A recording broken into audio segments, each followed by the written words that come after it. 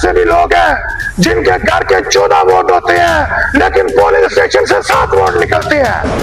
कहते हैं हमने इलेक्शन लड़ना है, पब्लिक की सियासत आपके पास की बात ही नहीं है। इस्लामाबाद हाई कोर्ट ने अपने तफसीली फैसले में कहा इसकी एक ही एग्जेक्टिव है, यासिन मुबश्शिर कोई समझता एग्जेक्टिव मेंबर नहीं है। अब टाइम आ गया है कि हम एक ग्रुप अनाउंस करें। यहाँ पर मेरे बड़े भाई नसीरुद्दीन पाल साहब बैठे हैं। स्मॉल चैम्बर की बुनियाद नसीरुद्दीन पाल साहब के हाथों से इस तरह लगी कि पहला के कुछ मामला थे।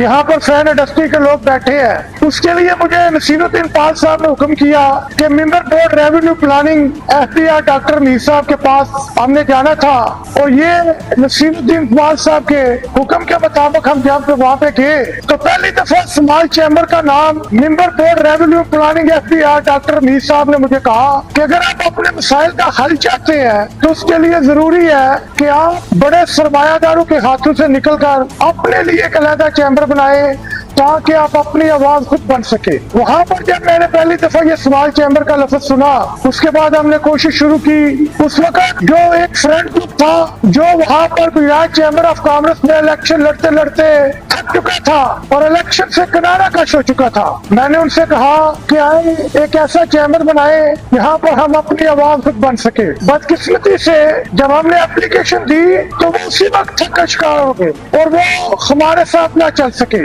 अल्लाह ताला ने मेहरबानी की, अल्लाह ताला को ये मंजूर था कि ये अदारा बनता। बहुत सारे सियासी लोगों ने भी हमारी मदद की।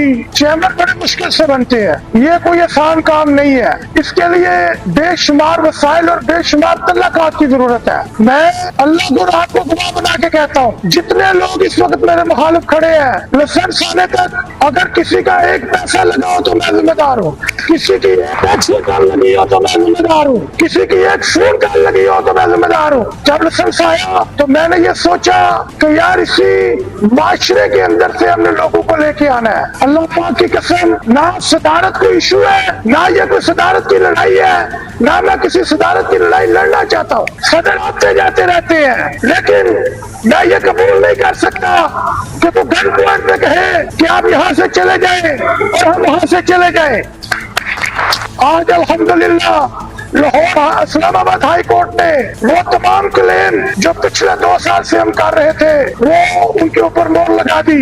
इस्लामाबाद हाई कोर्ट ने अपने तफसीली फैसले में कहा इसकी एक ही एग्जेक्टिव है जिसमें ताहिर मसूदार, सनी शहजाद, मेहर रजवान, नासिर महमूद ये सब एग्जेक्टिव मेंबर है। कोई यासिन मुबश्शिर, कोई आसिम मुश्ताक एग्जेक्टिव मेंबर नहीं है।